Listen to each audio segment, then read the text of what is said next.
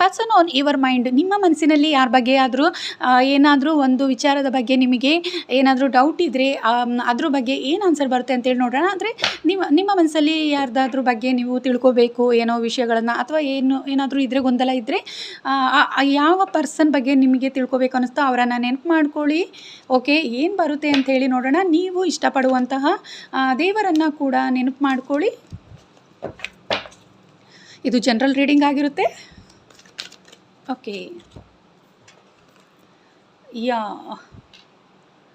ನನಗೆ ಅನಿಸ್ತಾ ಇರುವಂಥದ್ದು ಏನಂದರೆ, ತುಂಬ ಮುಖಗಳಿದೆ ಅನ್ನುವಂಥದ್ದು. ಅಂದರೆ ನಿಮ್ಮ ಜೊತೆ ಒಂದು ಸಲ ಒಂಥರ ಇದ್ದರೆ ಇನ್ನೊಂದು ಸಲ ಇನ್ನೊಂದು ಥರ ಇರ್ತಾರೆ ಅನ್ನುವಂತಹದ್ದು ನನಗೆ ಇಲ್ಲಿ ಗೊತ್ತಾಗ್ತಾ ಇದೆ. ಸೊ ಸ್ವಲ್ಪ ಎಲ್ಲೋ ಒಂದು ಕಡೆ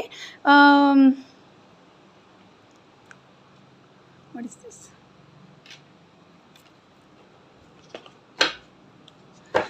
ಅದು ಈಗ ನಿಮಗೆ ಆಲ್ರೆಡಿ ಗೊತ್ತಾಗಿದೆ ಸತ್ಯ ಏನು ಅನ್ನುವಂಥದ್ದು. ಆ ಪರ್ಸನ್ ಬಗ್ಗೆ ನಿಮಗೆ ಖಂಡಿತವಾಗ್ಲೂ ಗೊತ್ತಾಗಿದೆ.